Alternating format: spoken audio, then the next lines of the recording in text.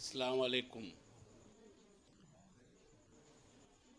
हमारे बीच में उपस्थित हमारे बड़े भाई जिनसे मैं कम से कम आरजू भाई 25 साल हो गए, तो आरजू भाई हमारे बीच में है। उनकी हमेशा हमारे सिर पे हाथ रहा और हमको हमेशा वो साथ देते रहे, क्योंकि आवाम का यदि कोई भी काम करना है तो जब तक पेपर का दिली तौर पे साथ ना हो तो हम उसको अंजाम नहीं दे सकते। इसी तरह से हमारे भाई नायब अंसारी साहब, उनकी मिसेस, उनके बच्चे, ये हमारा ऐसा अटूट रिश्ता रहा और बेलोज रहा। मैं समझता हूं कि सबसे पहले जिस तरह से उन्होंने हमेशा हमारा साथ दिया, मैं उसके लिए उनका शुक्रगुजार हूं। और सबसे पहले मैं जो रोजनामा हिंदुस्तान का औरंगाबाद का अंक है, उसका आज 20वीं जो सालगिरह है, उसका बहुत बहुत मुबारक देता हूं। आरजू साहब ने 86 साल अभी बताया कि हिंदुस्तान बम्बई को 86 साल हो गए। ये भी एक बहुत बड़ी रिकॉर्ड की बात है। इस तरह से पेपर को आज की स्थिति के अंदर चलाना मैं समझता हूँ बहुत मुश्किल बात है। हमारे बुजुर्गों ने हमको 2-3 बातें ही सिखाई थी। एक तो ये है कि वो पथ क्या, पथिक कुशलता क्या, जिस पथ में बिखरे शूल न हो, नाविक की धैर्य कुशलता क्या, जब धाराएं प्रतिकूल न हो। उल्टी हवाएं हो, उल्टा माहौल हो, उसके अंदर जो रास्ता निकाल के ले जाता है, वही असली मर्द है, वही असली इंसान है। तकलीफें आती रहती हैं। आज जिस तरह का माहौल चल रहा है पूरे हिंदुस्तान के अंदर, उसमें हमारे गुरु महाराज ने पहले ही बोल दिया था कि उसमें चलो, अव्वल अल्लाह नूर पाए, कुदरत के सब बंदे, एक नूर से जग उपजा, कौन भले कौन मंदे। ये पूरी एक नूर से दुनिया जो है उपजी है।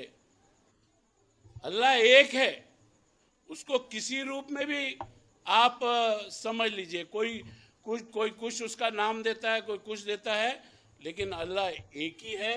उसको सबने, हमारे जो गुरबानी है, हमारा जो गुरु ग्रंथ साहब है, उसके अंदर में कितनी बार उसका उल्लेख है। जो स्वर्ण मंदिर है, उसकी नींव किसने रखी? मियां मीर ने रखी। ये क्योंकि क्या है, इस तरह का इत्तेफाक था कि हम लोग पेशावर के रहने वाले, तो वहां पे लोगों ने जब मस्जिद में जाना, नमाज पढ़नी और दुआ पढ़नी, तो दुआ में क्या बोलना? या खुदा खर्च बढ़ा, या खुदा खर्च बढ़ा। तो हमारे जो हिंदू लोग थे वो बोलते थे कि भाई, हमारा कोई आदमी लॉटरी मांगता है, कोई मकान मांगता है, कोई औलाद मांगता है, कोई शादी मांगता है, कोई कुछ मांगता है, आप भी ऐसा क्यों बोलते हैं? तो उस टाइम में हिम्मत नहीं होती थी बुजुर्गों से पूछने की कि भाई ऐसी बात क्यों है। तो जब एक बार हुआ, दोबारा हुआ, तिबारा हुआ, तो हमारे वालिद के वालिद थे, उन्होंने उनसे पूछा कि चचा, आप जो ये बात बोलते हो, वाकई आप खर्चा बढ़ा ऐसी बात बोलते हो? बोलते हाँ, मैं यही बोलता हूँ। तो बोलते हैं कि भाई देखो बेटा, तुम्हारे को खर्चे के लिए कितने पैसे मिलते हैं? तो बोलते एक आना। वो भी बड़े बड़े राय बहादुर के बच्चों को एक आना मिला करता था। तो बोले बेटा, तुम्हारा खर्चा कितना होता है? बोले कभी एक आना होता है, कभी वो भी नहीं होता है।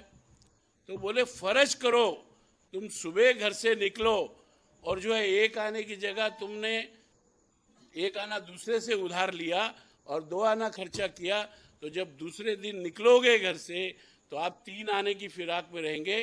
तो जैसे जैसे तुम्हारे अखराजात बढ़ते हैं, उसी तरह से तुम्हारे आमदनी के रास्ते खुदा अपने आप मुहैया करा।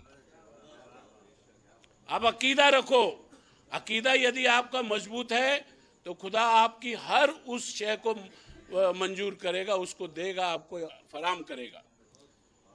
ये अपना हम लोग क्या होता है कि इंसान अपने आप को बड़ा समझने लगता है, अपने आप को बड़ा पैसे वाला, कोई बाजू वाला समझने लगता है, उस वजह से ये दिक्कत आती है।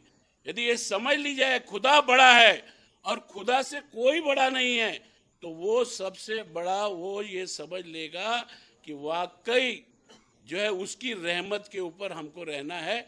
वो हर जो कर रहा है, एक कदम आगे जा रहा है तो भी उसके हुक्म से, जो नहीं हम कुछ गलती कर पा रहे हैं तो वो भी हो रहा है।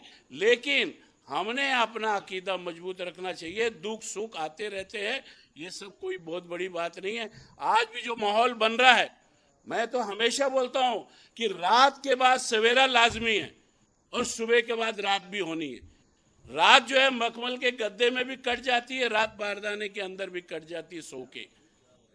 इसलिए हिम्मत मत हारो, हिम्मत रखो, खुदा तुम्हारा साथ देगा। अव्वल अल्लाह नूर पाए, आपको मैंने बताया। इसी तरह से आदमी ने बोला गया है कि भाई खुदी को कर बुलंद इतना कि हर तकदीर के पहले खुदा खुद बंदे से पूछे, बता तेरी रजा क्या है, बता तेरी रजा क्या है। तो आज मैं ज़्यादा न बोलते हुए आपको इतना बता सकता हूँ कि मैंने माइनॉरिटी का सब्जेक्ट के ऊपर और टेलीकम्युनिकेशन के ऊपर काम किया। आज औरंगाबाद के ऊपर आपको शायद नहीं मालूम है, पहला STD-PCO जो आया औरंगाबाद में मैंने लाया। पहली जो टेलीफोन की एक्सचेंज आई, ये जो इलेक्ट्रॉनिक सिस्टम था, हम लोग उसकी हिस्ट्री आज यहाँ बताने का टाइम नहीं है, लेकिन वो भी हमने लाया। उसके बाद पेजर लाए, उसके बाद मोबाइल जो पहला आया औरंगाबाद का AT&T मैंने लाया। हम कोई खासदार आमदार नहीं थे जिसकी वजह से हमारे को बहुत बड़ा कोई नाम मिल जाता, लेकिन हमको खुदा ने इतना इकबाल दिया, इतनी इज्जत दी कि हम लोगों के दिलों में रह के हमने काम किए करने की हमारे को जो है हिम्मत बनी। आज मैं ये समझना चाहता हूँ कि माइनॉरिटी का जो काम है उसको आगे ले जाने की ज़रूरत है। और हम लोग हिंदुस्तान के अखबार को जो जिस डिफ़िकल्टी के साथ में उन्होंने इसको आज तक अंजाम किया है, आगे भी हम लोग सब उनके साथ में हैं। ये बोलते हुए मैं अपने 2 शब्द समाप्त करता हूं और मैं अंसारी साहब का यहाँ थोड़ा सत्कार करना चाहता हूं। नहीं।